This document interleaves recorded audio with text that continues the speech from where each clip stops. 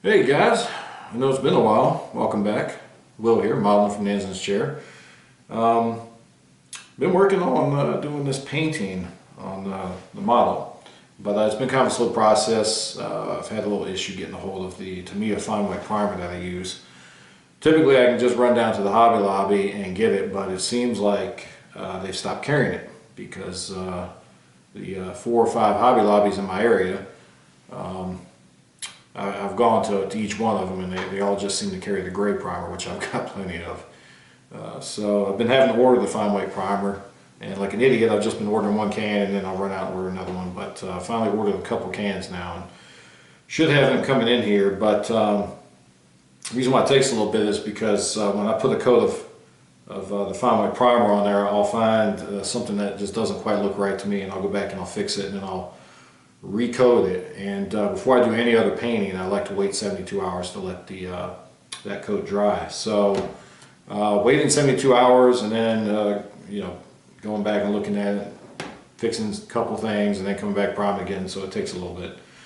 And then with the holidays going on, it's been difficult to kind of keep at it. So what I want to talk about today is just show you the progress where I'm at right now, talk a little bit about the paints. I did have a couple things I found about the paints that I want to talk about, and that's basically it. Not a whole lot to go over today, so give me a minute, put you on the desk, we'll get to work. Alright guys, so here's what I've been working on. I've been trying to come up with my paint mixtures because the instructions from Trek Modeler don't really tell you what the mixtures are. It just basically tells you what paints to use. So basically what ends up happening is you've got 4 different shades of green, which they label A, B, C, and D. So I've got my 4 different shades of green, from light, A being the lightest to D being the darkest. And it's taken a little bit of time, a little bit of work, and a whole lot of paint to just get the mixtures to where I kind of like them.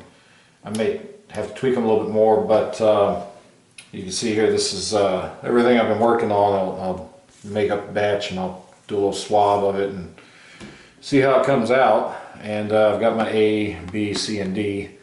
And basically what I did was to make sure I know what kind of proportions I've got, and I'm sure there are better ways to do this, but that's the thing about here on Modeling from Nansen's chair. This is the first time I'm dealing with mixing my own paints and actually airbrushing them. So what I did was, for each mixture, I started out with a base mixture of 180 drops of the gray and 60 drops of the green. So basically, I guess if you look at it in terms of 60 being 1 part, so it's basically 1 part green and 3 parts gray, if you want to break it down like that. But so I got 180 drops of the gray and 60 drops of the green. Now, this might be different coming up here soon, because Mike, who has a thread going on over at the RPF, and I'll put a link down below. He's doing the whole model, or whole room remodel based on the original series. So, but anyway, I was talking with him, and he turned me onto a website that had the Model Masters, still had the Model Masters pale green available. So I ordered it, and fortunately I was able to get the last bottle they had, apparently, because after that he said he wasn't able to go in and order anymore. So I've got that coming. But in the meantime, I had been trying to use this, I think it's Real Colors. I know it's hard to see, but it's Real Colors Pale Green. I showed it before. And basically the issue I'm having with this paint is it's really thick compared to the Model Masters paint. The Model Masters paint, I don't have to dilute much with my airbrush thinner in order to get it to go through the airbrush, but this stuff here, I've had to dilute the heck out of it to get it to push through the airbrush. So even though I've got these 4 colors mixed up already, I think when I get my Model Masters in, I'm going to redo them, because it's just so hard. I've just got to dilute this down so much. It's the same thing I did it with my blues. Basically number 1 and 2. And I don't know if you can see that, but that's how much I've had to dilute it. You can see how easy it's swishing around in the bottle there, to get it to go through through my air gun or my spray gun. So yeah, that's the only thing I'm not happy about. Is I'm glad that the color's there, but I'm not happy I got to dilute it down so much based, compared to the Model Master paints. It doesn't take a whole lot of diluting those to get those to go through the spray gun. So I think I'm going to go back and revisit that once I get that bottle in. Obviously, one bottle of green is plenty if you go to mix these, because you don't use a whole lot. It says it's a green-gray, but there's more gray in it than green. So don't need a whole lot of that. What you are going to need a whole lot of if you mix these is the flat white to cut it down. So basically, once you get that base mixture, I cut it down with this, and it's taken a lot of time because, like I said, I've been using droppers. So for D, for example, which is the darkest green, I put 100 drops of the flat white in there. And then C, which is my next darkest green, is 300 drops. B was 700 drops, and my A is actually 1,000. So yeah, it took quite a bit of time for me to do that with a dropper, but it's the only way that I knew of, being a rookie at this, that I'd be able to keep track of how much I'm using of each one. So, and the colors I ended up with, I don't know how well this is going to turn out on camera, but you can see them. It's from my darkest to my lightest, and I actually, when I painted this, I think I only had about 700 drops of the flat white in A, and I've actually increased that to 1,000 now, so it's a little bit lighter than this now. So those are my colors. I'm going to try them out on, right now I'm working on painting the nacelles and the pylons. I don't know if it's going to turn out very well on camera, but you might be able to make it out a little bit there. I actually started on this side, and my first attempt with the masks, I'll admit, and I posted this on the Trek Modeler's website, Star Trek Modeler's website, or not website, but their Facebook page. It didn't turn out too well my first attempt. I totally messed it up. I nicked the heck out of it. I didn't quite get the mask lined up properly like it should have been. So I completely stripped it off, sanded it down, repainted it now. I've ordered another set of those masks from Mask Design, and this side turned out a lot better. So working on that. As soon as I get that extra set of masks in, I'll finish that up.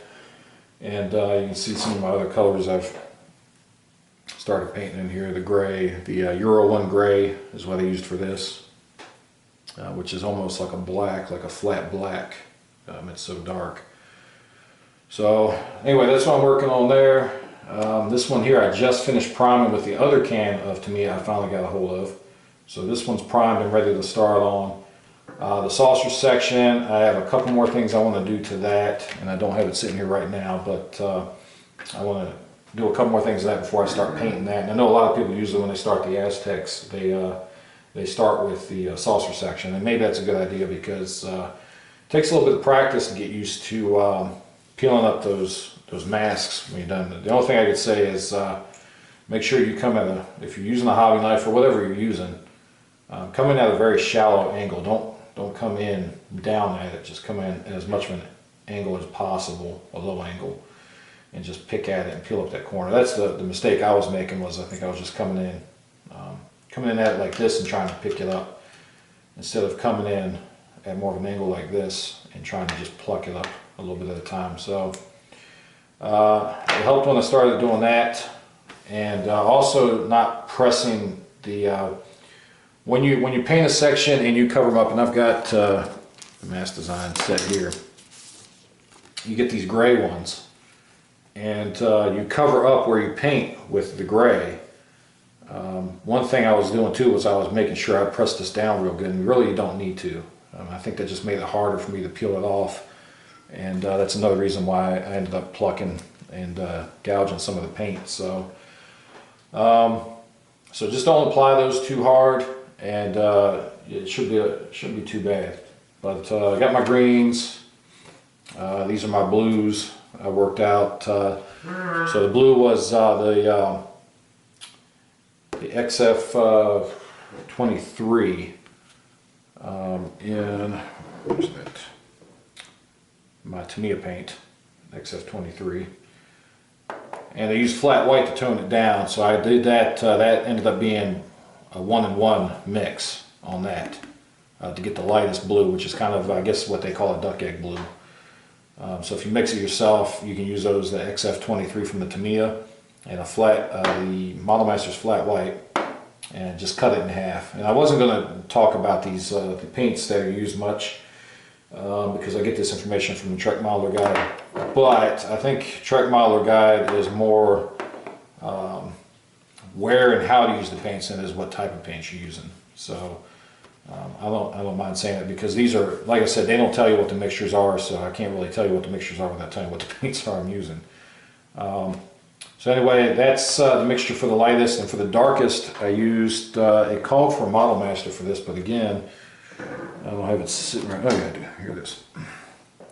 I use this AK again. Again, it's very thick. That's the one that I've got in this bottle here that I had to sit there and thin it out so much to get it to come through the air gun. So that's a M485 blue gray, and again flat white.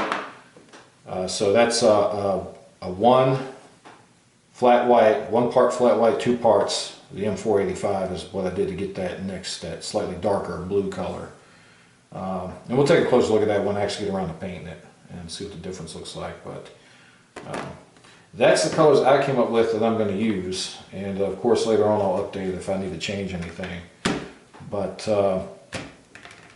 I think that's pretty much all I've got to go over with that right now. And that, I'm going to tell you that the one mixture when I was mixing up the second one there, the second darkest, which is supposed to be like a blue, it actually came out kind of greenish. Almost looks nice for original series saucer color, or refit color, so I might try that out. But this has kind of been my testing subject right now. But so anyway, that's where I'm at. Got some more paint coming in. I'm slowly working on doing the Aztecs and the details, and I'll have a bigger update when I'm ready to put this whole thing together. I don't really want to go into too much to the painting or that, because I'm not the one to learn from. I'm not that great. Like I said, it's my first time using an airbrush and my first time mixing my own paints to use. So, you know, I'll share the information as far as my mixtures and that, but I don't want to get too much into how I'm painting this. There's plenty of videos out there on the mask design kit, which is what I'm using. So, and it's a really good kit. It's been awesome so far. It's just been my inexperience that's caused the problem. So anyway, not to drag this out too long, but I appreciate everybody watching. I appreciate everybody that's been signing up and subscribing. So thank you for that. I will be trying to put out another video here before the weekend is out, the holiday weekend. I've got something else I'm going to start working on, since I've got so much downtime with this in between parts and phases and coats of paint. I want to kind of get started on something else, if nothing else but to get me out of this 1.537 hell that I'm in right now. But anyway, again, appreciate everybody watching. Until next time, keep modeling.